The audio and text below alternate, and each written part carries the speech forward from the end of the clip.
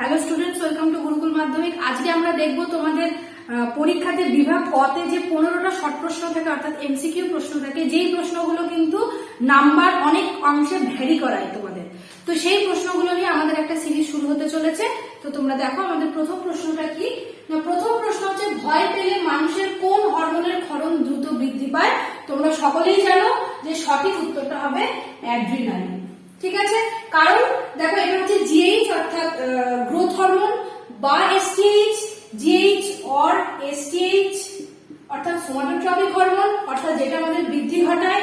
Option খ হচ্ছে GTH অর্থাৎ গোনাডোট্রপিন হরমোন, গোনাড অর্থাৎ আমাদের যে সেক্স হরমোনগুলো রিলিজ করায়, এবং থাইরক্সিন, থাইরক্সিন এটা হবে না, আর উত্তর হবে অ্যাড্রিনালিন। অপশন হলো কি না অ্যাড্রিনালিন, কারণ অ্যাড্রিনালিন কিন্তু আমাদের সংকটকালীন মুহূর্তে রাগ, চিন্তা, ভয় এগুলো সব অনুভূতি নিয়ন্ত্রণে সাহায্য করে। চলো এবার সেকেন্ড প্রশ্নটা দেখে নিই। দ্বিতীয় প্রশ্ন বলছে, দৈহিক উষ্ণতা নিয়ন্ত্রণের সঙ্গে যুক্ত মানব মস্তিষ্কের অংশটিকে। এটা কিন্তু ভেরি ভেরি ইম্পর্টেন্ট প্রশ্ন এবং এটি একাধিক সালের প্রশ্ন। তো দেখো অপশন ক বলছে থ্যালামাস। তো থ্যালামাস কিন্তু অগ্র মস্তিষ্কের একটি অংশ এবং থ্যালামাসের কাজ কিন্তু রিলে স্টেশন হিসেবে কাজ করা, রিলে স্টেশন হিসেবে কাজ করা, রিলে স্টেশন, রিলে স্টেশন হিসেবে কাজ করা। অপশন খ হচ্ছে লঘু মস্তিষ্ক। লঘু মস্তিষ্ক কি করে? ভারসাম্য নিয়ন্ত্রণ করে, দেহের ভারসাম্য নিয়ন্ত্রণ করে, ভারসাম্য নিয়ন্ত্রণ। আচ্ছা, 3 নম্বর অপশন বলছে সুষুম্না শীর্ষক। সুষুম্না শীর্ষক ঘাম নিঃসরণ করে, হৃদক্রিয়া, শ্বাসক্রিয়া প্রভৃতি নিয়ন্ত্রণ করে, হৃদক্রিয়া, শ্বাসক্রিয়া প্রভৃতি নিয়ন্ত্রণ করে। এবং হাইপোথ্যালামাস, অপশনটা কিন্তু দৈহিক উষ্ণতা নিয়ন্ত্রণের সঙ্গে যুক্ত, অপশন কিন্তু হবে হাইপোথ্যালামাস। হাইপোথ্যালামাস কিন্তু আমাদের দৈহিক উষ্ণতা নিয়ন্ত্রণের সঙ্গে যুক্ত। তো দেখো শুধু কিন্তু আমরা শর্ট প্রশ্ন মানে এই প্রশ্নটা দেখলাম না, আমরা কিন্তু এর সঙ্গে আরো যেই যেই কাজগুলো সেগুলোও কিন্তু দেখে নিলাম, যাতে তোমরা ভালো করে পড়তে পারো। চলো এবার পরের প্রশ্ন দেখা যাক। তো কি বলছে দেখো, বলছে শ্বাসক্রিয়ার হার নিয়ন্ত্রণ করে কোন অংশ? তো প্রথম অপশন হচ্ছে সেরিবেলাম। তো তোমরা জেনে রাখো যে সেরিবেলামের কিন্তু বাংলা কথা হচ্ছে লঘু মস্তিষ্ক। ঠিক আছে, সেরিবেলামও যা, লঘু মস্তিষ্ক কিন্তু তাই, একই, সুতরাং ঘাবড়ে যেও না। তা লঘু মস্তিষ্কের কাজ আমরা আগের প্রশ্নটাতেই পেয়েছি যে দেহের ভারসাম্য নিয়ন্ত্রণ করা। আচ্ছা, এরপর সেকেন্ড অপশন হচ্ছে পন্স। পন্সের কাজ হচ্ছে কি না, পন্সের কাজ হচ্ছে মূত্রনালী বা মূত্রথলিতে অবস্থিত যে ডেট্রোসার পেশি সেটা সংকোচন ঘটায় এবং মূত্র ত্যাগে সাহায্য করে। এবং আরেকটা কাজ যেটা, সেটা হচ্ছে এই শ্বাসক্রিয়ার হার নিয়ন্ত্রণ করা। তো অপশন কিন্তু হলো পন্স। থার্ড অপশনটা কি বলছে দেখো না, থার্ড অপশন হচ্ছে থ্যালামাস। থ্যালামাসের কাজ হচ্ছে রিলে স্টেশন হিসেবে কাজ করা, এটা কিন্তু আমরা জানি যে রিলে স্টেশন হিসেবে কাজ করে কিন্তু থ্যালামাস।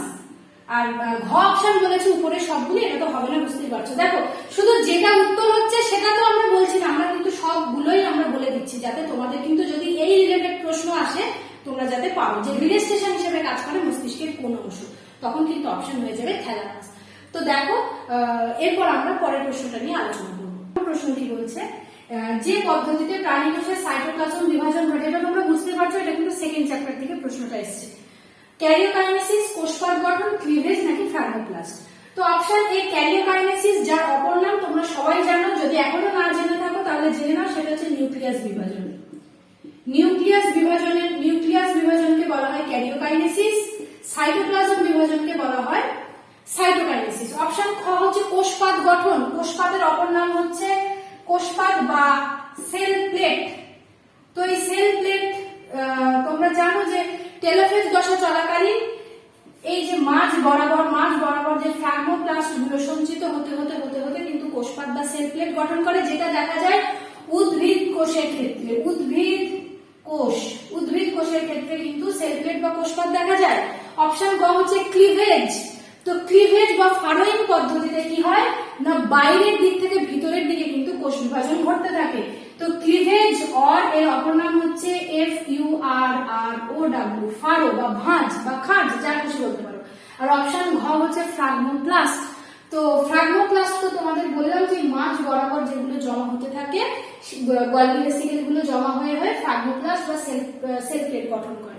তো অপশন হলো কিন্তু অপশন গ ক্লিভেজ। কিন্তু যদি প্রশ্ন আসে যে সেল প্লেট বা কোষপাদ দেখা যায় কাদের ক্ষেত্রে, উদ্ভিদ কোষের ক্ষেত্রে, অর্থাৎ এগুলো প্রত্যেকটাই কিন্তু এক একটা প্রশ্ন হতে পারে, তোমরা কিন্তু ভালোভাবে দেখে নেবে। চলো এবার নেক্সট প্রশ্নটা দেখা যায়। কি বলছে না, একই প্রজাতির দুটি ভিন্ন উদ্ভিদের মধ্যে পরাগ মিলনকে কি বলা হয়? প্রথম অটোগ্যামি। তো অটোগ্যামি কি না, অটোগ্যামি কিন্তু আমরা জানি যে অটোগ্যামি কিন্তু এক ধরনের স্বপরাগযোগ এবং একটা গাছেরই একই ফুলের মধ্যে যদি পরাগযোগটা হয় তখন সেটাকে বলা হয় অটোগ্যামি। সেকেন্ড অপশন গেইটেনোগ্যামি কি না, গাছটা একই কিন্তু একই গাছে দুটো ভিন্ন উদ্ভিদের মধ্যে যদি হয় তখন তাকে আমরা বলি গেইটেনোগ্যামি।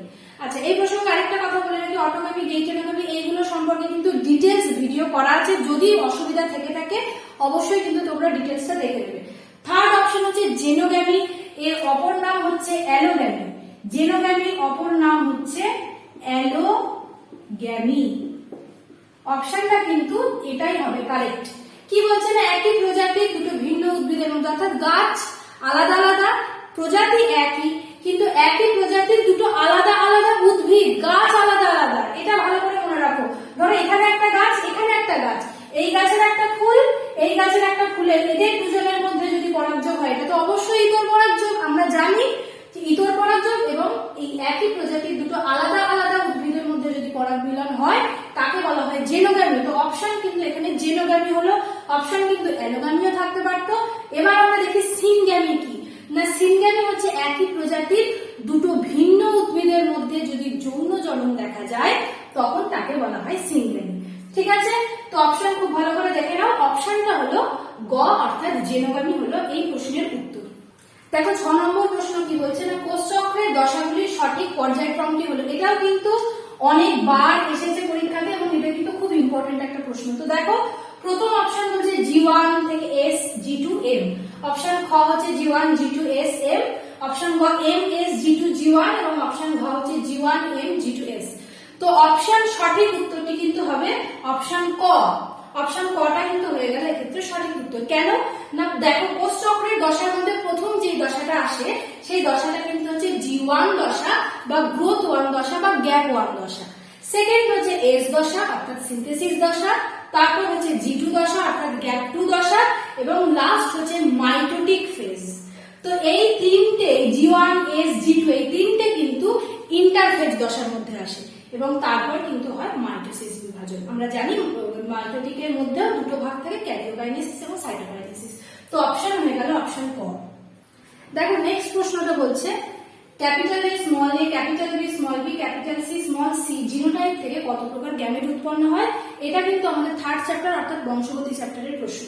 তো অপশন হচ্ছে 1 নম্বর 2, অপশন খ 4, অপশন 3 হচ্ছে 6 এবং অপশন ডি হচ্ছে 8। তো দেখো এখান থেকে আমরা কি করে পাচ্ছি না, এইটা এইভাবে আমরা করব, capital A small a, capital B small b, capital C small c। তো এক্ষেত্রে 2 টু দি পাওয়ার n সমান হেটেরোজাইগোটের সংখ্যা। এই ফর্মুলাটা কি ফর্মুলা না, 2 টু দি পাওয়ার n সমান হেটেরোজাইগোট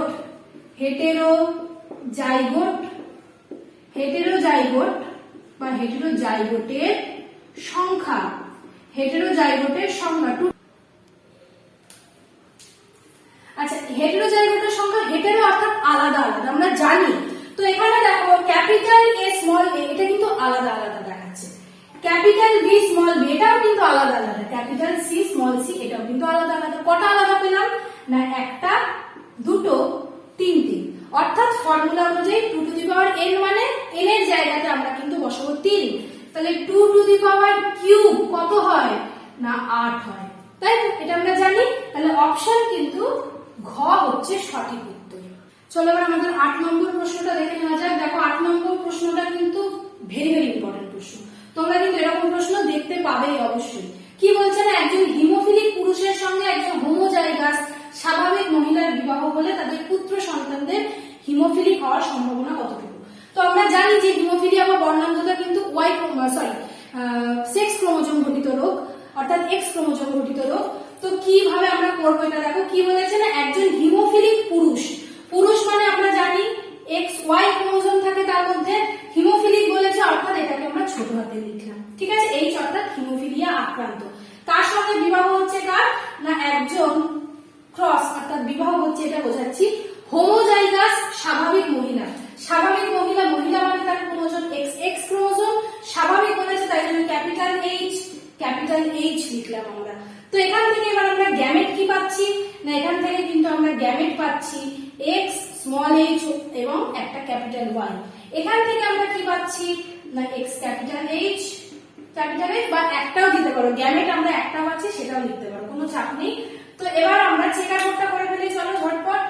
তো চেকার কোডে কিভাবে আমরা পুট করব দেখো,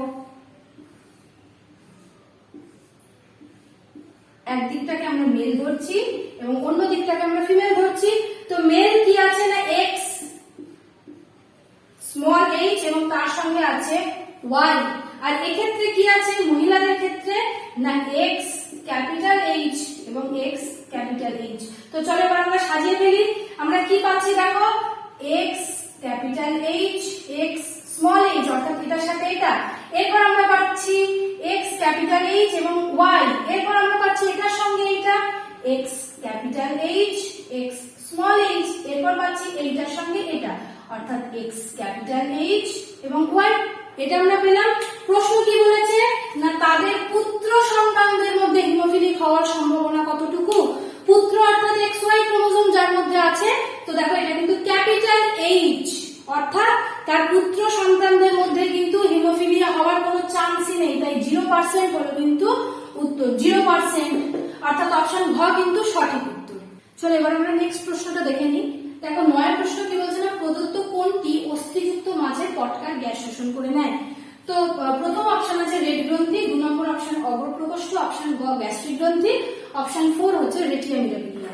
তো দেখো মাছেদের অর্থাৎ রুই কাতলা প্রভৃতি যারা অস্থিযুক্ত মাছ তাদের ক্ষেত্রে অর্থাৎ যারা অস্টিকটিস পর্বের মাছ তাদের ক্ষেত্রে কিন্তু অগ্রপ্রকোষ্ঠ থাকে এবং পশ্চাৎ প্রকোষ্ঠ থাকে। ঠিক আছে, তো অগ্রপ্রকোষ্ঠ কি করে না অগ্রপ্রকোষ্ঠ গ্যাস উৎপাদন করে এবং এই অগ্রপ্রকোষ্ঠে থাকে কিন্তু লাল গ্রন্থি বা রেড গ্রন্থি। তাই এখানে কিন্তু বলেছে যে গ্যাস শোষণ করে নেয়, তার মানে আমি এখানে কি বললাম অগ্রপ্রকোষ্ঠ গ্যাস উৎপাদন করে, গ্যাস উৎপাদন করে। অগ্রপ্রকোষ্ঠ কি করে না গ্যাস উৎপাদন করে, আর অগ্রপ্রকোষ্ঠের এই গ্যাস উৎপাদনে সাহায্য করে কিনা রেড গ্রন্থি। তো এই দুটো গেল, হলো না অপশন, গ্যাস্ট্রিক গ্রন্থি তো নয়। অপশন 4 রেটিয়া মিরাবিলিয়া, যেটা কিন্তু হলো সঠিক উত্তর। গ্যাস শোষণ করে কে যদি প্রশ্ন আসে তাহলে অপশন ঘ রেটিয়া মিরাবিলিয়া, রেটিয়া মিরাবিলিয়া হচ্ছে কিন্তু সঠিক উত্তর। চলো নেক্সট প্রশ্নটা কি বলছে দেখো, কোয়াসার্ভেট তত্ত্বের প্রবক্তা কে, এইটাও কিন্তু ইম্পর্টেন্ট প্রশ্ন। তো কোয়াসার্ভেট জিনিসটা কি আমি তোমাদের এক কথায় বলে দিই না, কোয়াসার্ভেট হচ্ছে যে আগে যখন পৃথিবী গরম ছিল, ভীষণ গরম ছিল, প্রায় আজ থেকে 450-500 কোটি বছর আগে, তখন যে হট ডাইলুট স্যুপ ছিল অর্থাৎ গরম জলের মধ্যে যে প্রোটিন গুলো একসঙ্গে জমা হয়ে যে কোলয়েড জাতীয় আবরণ তৈরি করেছিল সেটাকেই বলা হয় কিন্তু কোয়াসার্ভেট, কোলয়েড আবরণ অর্থাৎ কোয়াসার্ভেট, এটা মাথায় রাখবো। তো এর প্রবক্তা হচ্ছে অপশন এ ডারউইন। ডারউইন তো নয়, আমরা জানি ডারউইন কিন্তু যোগ্যতমের উদ্বর্তন, অস্তিত্বের জন্য সংগ্রাম, অন্তঃপ্রজাতি আন্তঃপ্রজাতি সংগ্রাম, এই মতবাদগুলো কিন্তু ডারউইনের, যোগ্যতমের উদ্বর্তন। আমি শুধু এটাই লিখলাম উদ্বর্তন। আচ্ছা, মিলার ও উরের আলাদা পরীক্ষা আছে যেটা আমি পড়াবো অবশ্যই, 2:2:1 অনুপাতে তিনি যেটা নিয়েছিলেন সেটা মিলার উরের পরীক্ষায় দেখিয়েছিলেন। বিজ্ঞানী ওপারিন কিন্তু কোয়াসার্ভেট তত্ত্বের প্রবক্তা, এখানে সঠিক উত্তর কিন্তু ওপারিন। আর ফক্স হচ্ছে মাইক্রোস্ফিয়ার তত্ত্বের প্রবক্তা, মাইক্রোস্ফিয়ার। তো এটাও কিন্তু প্রশ্ন আসতে পারে যে মাইক্রোস্ফিয়ারের প্রবক্তা কে, তখন তোমরা বলবে বিজ্ঞানী ফক্স, কিন্তু কোয়াসার্ভেটের প্রবক্তা কিন্তু ওপারিন, তাই ওপারিন হলো সঠিক উত্তর।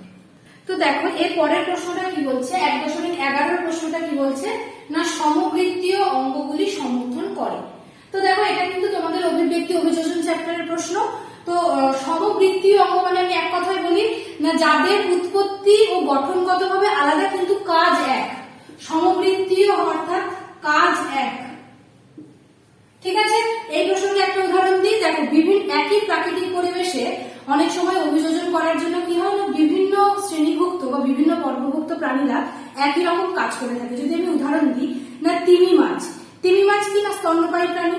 রুই মাছ কি না রুই মাছ হচ্ছে কিন্তু যে মৎস্য শ্রেণী অর্থাৎ অস্টিকটিস পর্বের প্রাণী, মৎস্য শ্রেণীর প্রাণী।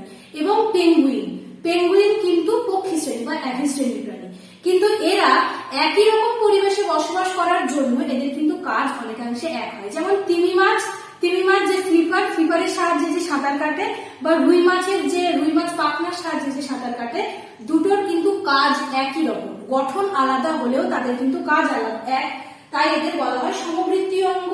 তো সমবৃত্তীয় অঙ্গগুলো সমর্থন করে, এখানে প্রথম অপশন যেটা আছে অভিসারী, সেটাই কিন্তু হবে উত্তর।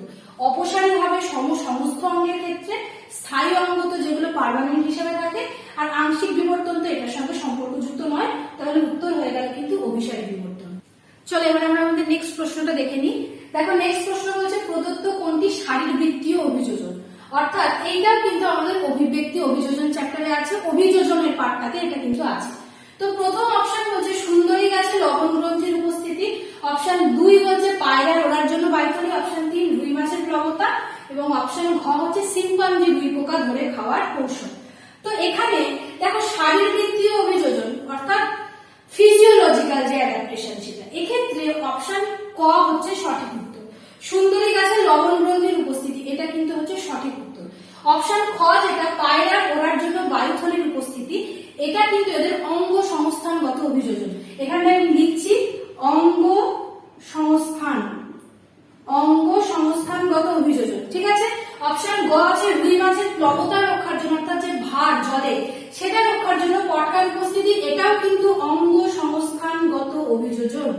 অঙ্গ সংস্থানগত অভিযোজন অর্থাৎ মরফোলজিক্যাল অ্যাডাপ্টেশন। অপশন ঘ শিম্পাঞ্জি রুই পোকা ধরে খাওয়া, এটা কিন্তু এদের বিহেভিয়ার অর্থাৎ আচরণগত অভিযোজন। আচরণগত অভিযোজন, আচরণগত অভিযোজন। তোমরা কিন্তু জানাতে ভুলো না তোমাদের এই সিরিজটা কেমন লাগছে, যদি ভালো লাগে তাহলে অবশ্যই কমেন্ট করে জানিও। এবার আমরা আমাদের নেক্সট প্রশ্নটা দেখে নিই। চলো দেখো বলছে পানীয় জলে আর্সেনিক দূষণের ফলে যে রোগ হয়, এটা কিন্তু তোমাদের 5th চ্যাপ্টারের থেকে এই প্রশ্নটা কিন্তু এসছে। তো পানীয় জলে আর্সেনিক দূষণের ফলে যে রোগ হয়, দেখো প্রথম অপশন আছে মিনামাটা। মিনামাটা কিন্তু পারদ দূষণের ফলে হয়। তো আমি এখানে নিচে ছোট্ট করে লিখে রাখছি পারদ দূষণ, ঠিক আছে। পারদ দূষণের ফলে মিনামাটা হয়। ব্ল্যাক লাং ডিজিজ কিন্তু হয় কয়লা খনিতে কর্মরত শ্রমিক যারা, তাদের কিন্তু ওই ধুলো ধোঁয়া ওগুলো লেগে হয়। কয়লা খনি লিখলাম, ঠিক আছে, কয়লা খনি। আর আর্সেনিক দূষণের ফলে হয় কিন্তু ব্ল্যাক ফুট ডিজিজ। আমরা সবাই জানি যে হাতে পায়ের তলায় কালো কালো ছোপ ছোপ দাগ পড়ে যায় এবং সেগুলো কিন্তু ঘা হয়ে যায়। তো আর্সেনিক দূষণের ফলে জলে যদি থাকে তাহলে আর্সেনিক দূষণের ফলে কিন্তু ব্ল্যাক ফুট ডিজিজ হয়। এবং ক্লোরোসিস, এটা কিন্তু হয় উদ্ভিদের ক্লোরোফিলের অভাবে। তোমরা দেখবে গাছের পাতা অনেক সময় হলুদ হয়ে যায়, সবুজ রংটা হলুদ হয়ে যায়, তো সেটাকেই বলা হয় ক্লোরোসিস। 14 নম্বর প্রশ্নটা কি বলছে দেখো না, কোন একটি খাদ্য শৃঙ্খলে ক্লোরিন যুক্ত কীটনাশক প্রবেশ করলে নিচে কোন ঘটনাটি ঘটে। এটা কিন্তু ভীষণ ভীষণ ভীষণ ইম্পর্টেন্ট একটা প্রশ্ন। তো দেখো এইটা প্রথম অপশন আছে জীব বিবর্ধন, দ্বিতীয় অপশন ইউট্রোফিকেশন, বিশ্ব উষ্ণায়ন, বধিরত্ব। তো এটার যে উত্তরটা হবে সেটা কিন্তু জীব বিবর্ধন বা বায়োম্যাগনিফিকেশন। আরেকটা আছে, এটা কি জিনিস আমি একটু বলে দিই। দেখো পানীয় জলের মধ্যে অর্থাৎ পুকুরের জলের মধ্যে বলো, নদীর জলের মধ্যে বলো, যে মাটিতে যে সার দেওয়া হয়, সেই সারগুলো কি হয় বৃষ্টির জলে ধুয়ে বা এমনি গিয়ে কি হয় জলের মধ্যে মেশে। এবার জলের মধ্যে মেশার ফলে কি হয়, জলের যে ছোট মাছ থেকে আস্তে আস্তে যে বড় প্রাণী, অর্থাৎ একটা ছোট মাছকে একটা বড় মাছ খাচ্ছে, একটা বড় মাছকে আরেকটা বড় মাছ খাচ্ছে, সেই বড় মাছটাকে হয়তো আমরা খাচ্ছি। সুতরাং এই যে ধাপে ধাপে স্তরে স্তরে যে সঞ্চয় ঘটে, সেটা হচ্ছে সঞ্চয় বলা যেতে পারে, এবং সেটাই হচ্ছে জীব বিবর্ধন বা বায়োম্যাগনিফিকেশন। অর্থাৎ যত লেভেলের উপরে ওঠা যায় তত কি হয়, পুষ্টি স্তর অনুযায়ী তত সেই জিনিসটা বেশি বেশি আকারে সঞ্চিত হতে থাকে। পরের অপশন হচ্ছে ইউট্রোফিকেশন। ইউট্রোফিকেশন জলের মধ্যে হয়, এবং জলে যখন অতিরিক্ত পানা বা কচুরিপানা অতিরিক্ত হারে বেড়ে যায়, জলে যখন অক্সিজেনের অভাব ঘটে, তখন এই ইউট্রোফিকেশন অবস্থাটা বা জলের যে ঘোলা একটা পচা গন্ধ, সেই জিনিসটা তৈরি হয়। এটা হচ্ছে ইউট্রোফিকেশন। বিশ্ব উষ্ণায়ন হচ্ছে গ্রিনহাউস গ্যাসের এফেক্টের ফলে যেটা হয়। আর লাস্ট হচ্ছে বধিরত্ব, অর্থাৎ কানে কালা হয়ে যাওয়া। এটা তাহলে উত্তর কিন্তু হলো জীব বিবর্ধন। এবার আমরা বিভাগ কয়ের একদম লাস্ট প্রশ্নটা দেখি। দেখো বলছে নাইট্রোজেন চক্রের সঠিক ক্রমটি শনাক্ত করো। এটাও কিন্তু একটা খুব ভালো প্রশ্ন, এটাও কিন্তু শেষ চ্যাপ্টার থেকে আছে। তোমরা জানো নাইট্রোজেন চক্র আমাদের চ্যানেলে আছে, তোমরা যদি বুঝতে না পারো অবশ্যই কিন্তু দেখে নেবে। তো এখানে দেখো অপশন যেটা হবে সেটা হচ্ছে অপশন গ হবে এখানে সঠিক উত্তর।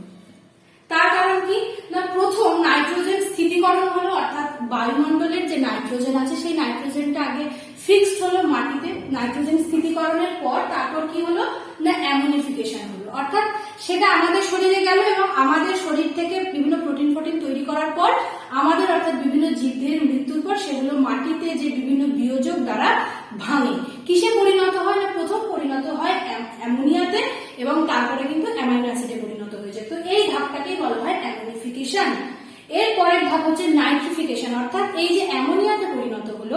এই অ্যামোনিয়াটা প্রথমে নাইট্রাইট এবং পরে নাইট্রেট জাতীয় যৌগে পরিণত হয়, বিভিন্ন লবণে পরিণত হয়, নাইট্রেট লবণ, যেটাকে বলা হয় নাইট্রিফিকেশন। এবং তারপর কি হয় না, আলটিমেট যে নাইট্রেট লবণ যেটা থাকে বা সেটা কিন্তু পরবর্তীকালে বাতাসে মুক্ত হয়ে যায়, যেটাকে কিন্তু বলা হয় ডিনাইট্রিফিকেশন। সুতরাং এর সঠিক যে উত্তর সেটা হচ্ছে অপশন গ, নাইট্রোজেন স্থিতিকরণ, তারপর এটার থেকে অ্যামোনিফিকেশন, এটার থেকে নাইট্রিফিকেশন এবং লাস্ট হচ্ছে ডিনাইট্রিফিকেশন।